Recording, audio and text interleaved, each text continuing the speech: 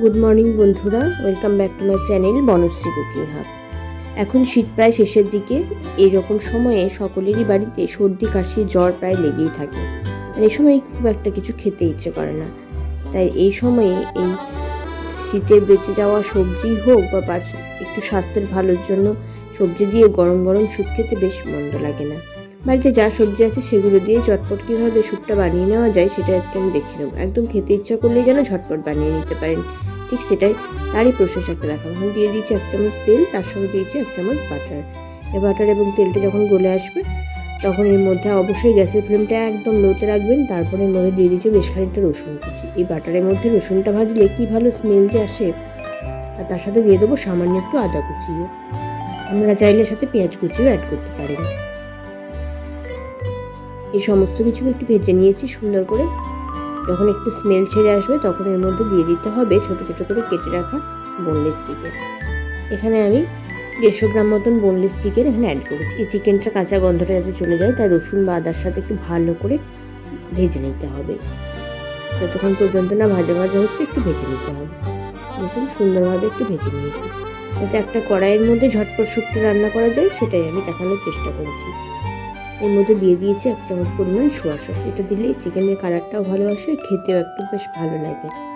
বাচ্চারা অনেক সময় বায়না করে থাকে একটু কিছু খাবো একটু কিছু খাবো, সেক্ষেত্রে এরকম চটপট স্যুপ বানিয়ে দিলে সেটা স্বাস্থ্যের জন্যও ভালো আর মুখরোচকও হয়। এরপর একটু বিনস একটু গাজর দিয়ে এটাকে ভালোভাবে প্রথমে একটু নেড়ে নেব। আপনার বাড়িতে যা যা সবজি আছে সেগুলোই দেবেন। অবশ্য ফুলকপি, বিনস, গাজর, টমেটো সমস্ত কিছু এর মধ্যে দেওয়া যেতে পারে।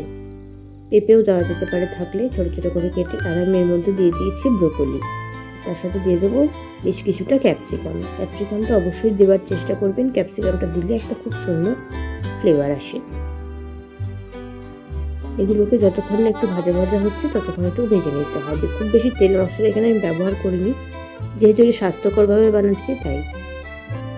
এবার এখানে দিয়ে দিয়েছি স্বাদ অনুযায়ী লবণ। যখন ভাজা ভাজা হয়ে আসবে তখন আমি বড় চামচে 2 চামচ লবণ দিয়েছি। তার কারণ হচ্ছে এখানে এর মধ্যে দেবো জল। এরপর লবণ দিয়ে এটাকে আরো খানিকক্ষণ একটু মিশিয়ে নিতে হবে সুন্দরভাবে, যাতে সবজিগুলোর মধ্যে লবণটা বেশ ভালোভাবে ঢুকে যায়। দেখুন সুন্দরভাবে ভাজা হয়ে গেছে। এরপর এর মধ্যে অ্যাড করতে হবে জল। জলটা আপনারা অবশ্যই প্রয়োজন মতো অ্যাড করবেন। তবু এখানে আমি যেরকম পরিমাণ যজনের জন্য স্যুপ করতে চাইছেন ঠিক তবারটি জল দেবেন। মোটামুটি তার থেকে একটু বেশি হলেও ক্ষতি নেই, কারণ এটা যখন ফুটবে তখন কিছুটা জল আবার হয়ে যাবে, সেই জন্য এর মধ্যে জলটা ঠিক একটু বুঝে সুঝে দিতে হবে।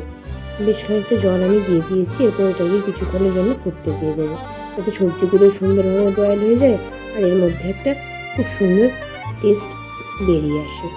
দেখুন সবজিগুলো অনেকটাই বয়েল হয়ে গেছে। দেখুন সমস্ত সবজিগুলো ওপরে ভেসে গেছে, তার মানে সমস্ত সবজিগুলোই বয়েল হয়ে গেছে।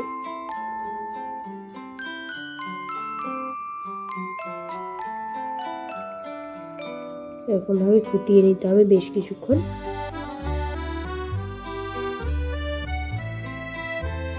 যখন দেখবেন একটু কালারটা চেঞ্জ হয়ে গেছে জলটার, তার মানে এগুলো হয়ে গেছে। তার সঙ্গে উপর থেকে দিয়ে দিতে হবে বড় চামচের 1 চামচ কর্নফ্লাওয়ার গুঁড়ো।